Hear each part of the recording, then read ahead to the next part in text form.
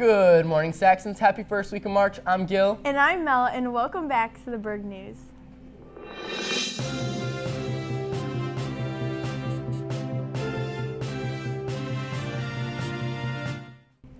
Welcome back, Saxons. Happy 10th week of 2020. Now let's get started with this week's news. First of all, huge congratulations to our good friend Haley Frick on earning second at state for bowling. Amazing job, Haley.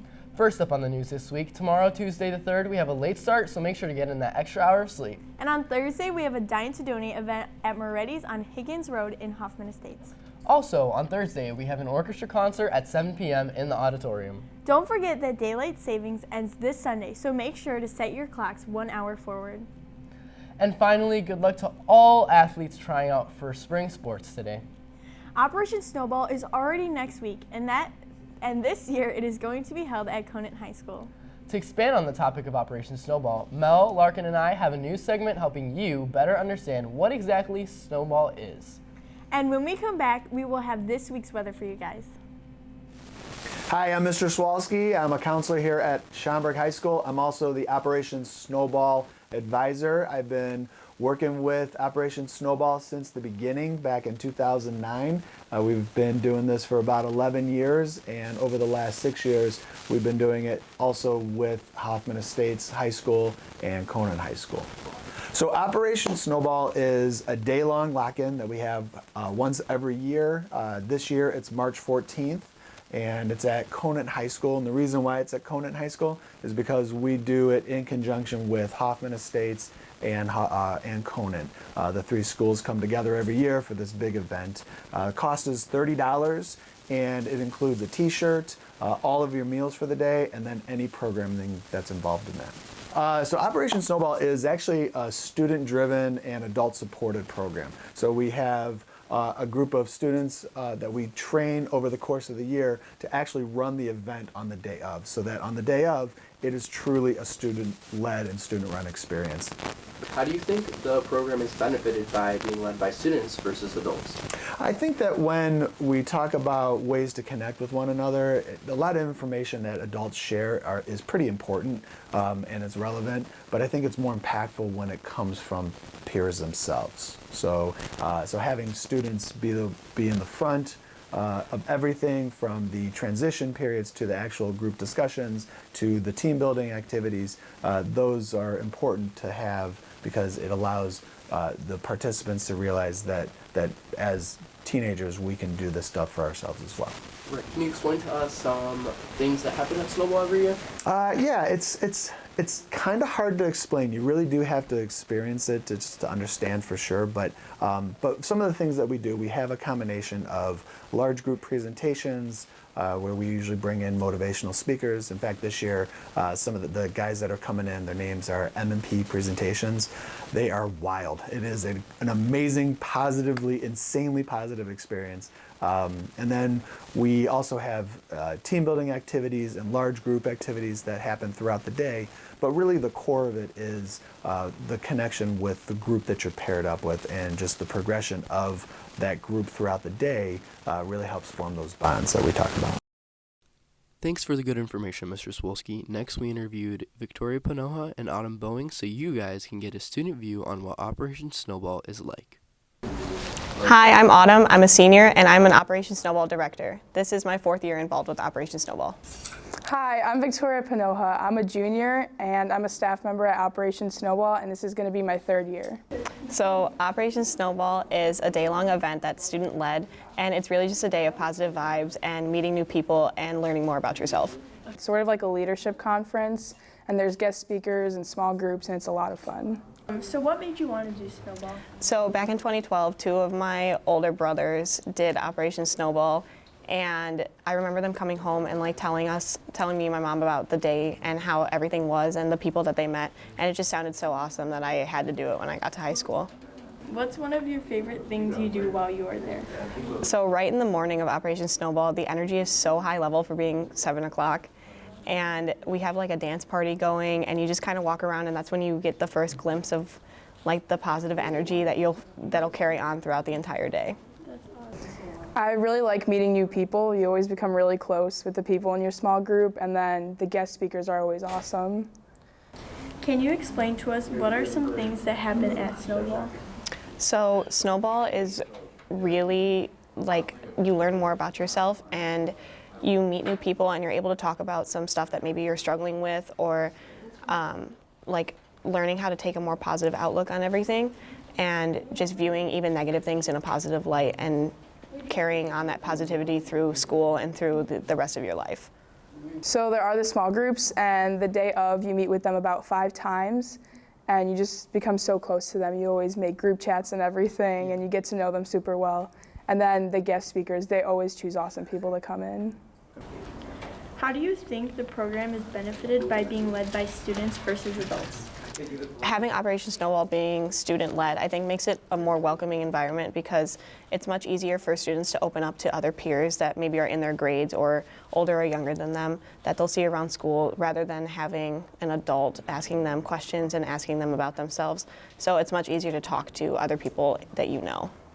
I think since the small groups are ran by people our age, you feel more comfortable being able to talk about your experiences. And it's just nice to make friends. What has Snowball taught you? Snowball has definitely taught me more about myself and who I am as a person and what I need in order to be successful mentally and mental health-wise, more than just focusing on school and the stress of it. Snowball has definitely just taught me what I should expect from other people and what standards I should put myself to in school and in my relationships.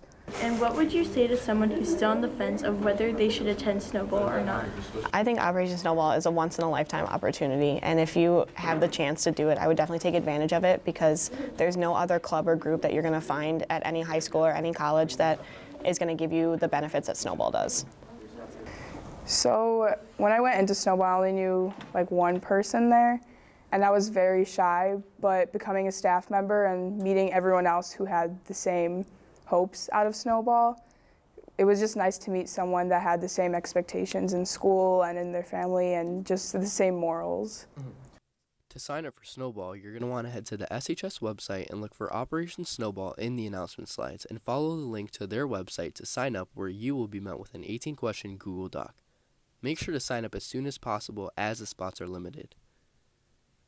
Now let's head over back to me and Mel with this week's weather. We hope you consider participating in Operation Snowball this year. Now for this week's weather. First up on Monday, we're starting to see more of that early spring weather with moderate showers all day. And on Tuesday, we're going to have rain showers in the morning and afternoon. Then later in the night, there will be a little bit of snow in the forecast, which is going to make the road slippery, so please be careful when driving. And on Wednesday and Thursday, it's going to be cloudy with snow showers changing to rain showers as the day progresses. To top off our rainy week, we will finally have some sun on Friday, as it will be partly cloudy early in the day, but then we will have some light showers later into the night. The high this week will be 43 degrees, which will be on Tuesday, Thursday, and Friday, and the low will be 31 degrees on Thursday. Towards the end of this month, we should start seeing temperatures at 50 degrees pretty consistently, which will carry on throughout the beginning of April. That's enough for this week's weather. Let's head over to Deo and Angel's feature story on Mr. Cho and a little bit about his life.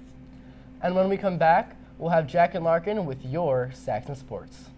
Today we will be interviewing Mr. Cho in his office about his life and how he grew to love skateboarding. Come in. Joe, where are you from? From Pomona, California. Okay, where's that? It's Like, a city for in people LA. that are not All right, yeah. If familiar. you're not familiar with Cali, it's a city in LA County, kind of far east of the county. So I'm away from the beach, but still in LA County. Okay, how long were you living there for? See, I was born and raised in LA my entire life until I went to college. So I lived in LA my whole life until I turned 18, and I moved to the Bay Area. Oh, okay. And after I finished college in 2013, I moved out here to the Midwest in 2013. My true love is skateboarding. Skateboarding is my favorite sport. Some people don't consider it a sport, but I consider it a sport. It's in the Olympics now, by the way. You know, first trick was actually an old school truck stand, but my first flip trick, I gotta say, was a fakie shove it. Oh, okay. That was my first trick I ever landed. And after I did fakie shove it, I learned how to do it regular, and I learned how to kick flip right after that. Okay.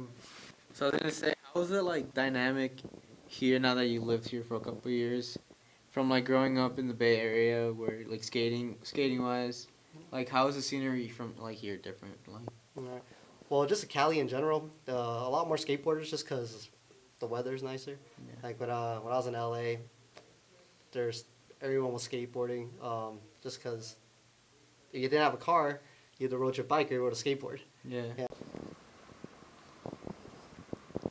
Big thanks to Mr. Cho for being a part of this and sharing with us. Have a great day, Saxons. Welcome back, Saxons. I'm Larkin. And I'm Jack. Welcome back to your Saxon Sports. Again, a huge congratulations to junior Haley Frick for earning a second place in IHSA bowling. Way to go, Haley. Reminder that all spring sports except for boys volleyball tryouts are today after school. Boys volleyball tryouts will be on March 9th. Contact Mr. Melton for more information. Also, a big congratulations to Delaney Nash and Alexis Rothenmeyer for representing SHS at the Girls State Gymnastics Competition this past weekend. Delaney competed on bars and Alexis competed in all-around beam and bars, finishing 8th in the state. Congratulations on a successful season. Yet another big congratulations to our Saxon boys basketball team on winning conference championship title against Buffalo Grove High School, 49-43. Way to go, Saxons. Make sure to come support our Saxons boys basketball team as they take on Taft Eagles in the first round of IHSA State Series on Wednesday, March 4th, here at home at 7 p.m. That's all for this week's Saxon Sports. Now over to Chris, and I on our news package on ASL Culture at SA. Hi, my name is Christopher Radowski, CHRIS. I'm a freshman in Schaumburg High School, and my teacher, Miss Kay, well, she's a traveling teacher, and she helps me with my deafness. Like, she helps me understand more about my cochlear implants, how they work. I'm a traveling teacher for deaf and hard of hearing students. I work with students who have hearing loss in a variety of settings and at all the high schools in District 211. There's kids that have just minor hearing loss, and there are kids that are deaf. And some kids use sign language interpreter, and some kids don't. This teacher is important to the school because she helped us with some students that are having hard hearing and are deaf. I've been working in District 211 for 18 years. This is going to be my last year as I will be retiring, but I've been working with deaf and hard of hearing kids for 25 years. So I understand that there's a new club here at Schaumburg High School that I'm thrilled to hear about, the ASL Club. ASL stands for American Sign Language, and I have heard some great things about it, and I believe that any student in Schaumburg High School is welcome to attend. And the students that attend the club are learning about deafness, and I believe they're learning sign language. Join an ASL Club is a club where you can use sign language and you can learn sign language and have fun with your friends, and you get free food, snacks, and all kinds of stuff. Thanks, Chris and Jack. That's all for this week, Saxons. Thanks for tuning in. And we'll see you next time on The Big News.